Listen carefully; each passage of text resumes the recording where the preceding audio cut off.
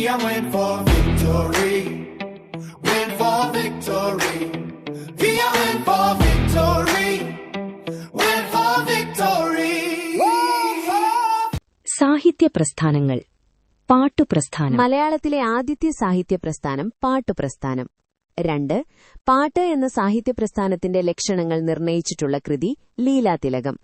3. ഏറ്റവും പഴയ പാട്ടുസാഹിത്യകൃതി ചീരാമക്കവി രചിച്ച രാമചരിതം. 4. പാട്ടുപ്രസ്ഥാനത്തിന്റെ ഭാഷ തമിഴും മലയാളവും ചേർന്ന മിശ്രഭാഷ, തമിഴക്ഷരമാല ഉപയോഗിക്കുന്നു. 5.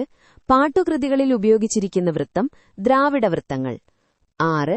പാട്ടുകൃതികൾ കണ്ണശ രാമായണം, രാമകഥപ്പാട്ട്, ഭാരതം പാട്ട്, തിരുനിഴൽമാല, ഭാഷാഭഗവദ്ഗീത, ഭാരതമാല, കണ്ണശഭാരതം. 7. എന്തു അടിസ്ഥാനമാക്കിയാണ് രാമചരിതം എഴുതിയിരിക്കുന്നത്? രാമായണം യുദ്ധകാണ്ഡത്തെ. മണിപ്രവാള സാഹിത്യം. ലീലാതിലകം എന്ന കൃതിയിൽ പറഞ്ഞതനുസരിച്ച് മണി, മാണിക്യം, പ്രവാളം, പവിഴം ഇവ എന്തിനെ സൂചിപ്പിക്കുന്നു?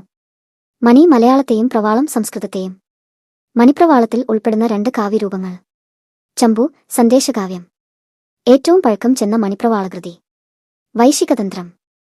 മണിപ്രവാള പ്രസ്ഥാനത്തിൽ ആദ്യമായുണ്ടായ കൃതികൾ: വൈശികതന്ത്രം, കൂടിയാട്ടത്തിന് ഉപയോഗപ്പെടുന്ന ശ്ലോകങ്ങൾ, സ്തോത്രങ്ങൾ, ചമ്പുക്കൾ. സന്ദേശകാവ്യങ്ങൾ 13ാം നൂറ്റാണ്ടിൽ ആവിർഭവിച്ച സംസ്കൃതവും മലയാളവും സമന്വയിപ്പിച്ചുകൊണ്ടുള്ള കാവ്യരചനാരീതി. മണിപ്രവാള സാഹിത്യം 14ാം നൂറ്റാണ്ടിൽ രചിക്കപ്പെട്ട ആ കാലഘട്ടത്തിലെ പ്രധാന ലക്ഷണഗ്രന്ഥം.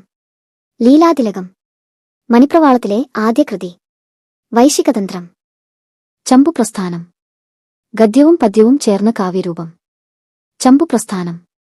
ചമ്പുപ്രസ്ഥാനത്തിലെ പ്രധാന കൃതികൾ: ഉണ്ണിയച്ചിചരിതം, രാമായണം ചമ്പു, നൈഷധം ചമ്പു, ഭാരതം ചമ്പു. മലയാളത്തിലെ ആദ്യത്തെ ചമ്പുകാവ്യം ഉണ്ണിയച്ചിചരിതം. പൂനം നമ്പൂതിരിയുടെ വിഖ്യാതമായ കൃതി. രാമായണം ചമ്പു. മഴമംഗലം നമ്പൂതിരിയുടെ കൃതികൾ: നൈഷധം ചമ്പു, ഭാരതം ചമ്പു. പ്രാചീന ചമ്പുക്കൾ: ഉണ്ണിയച്ചിചരിതം, ഉണ്ണിയാടിചരിതം, ഉണ്ണിച്ചിരുദേവീചരിതം.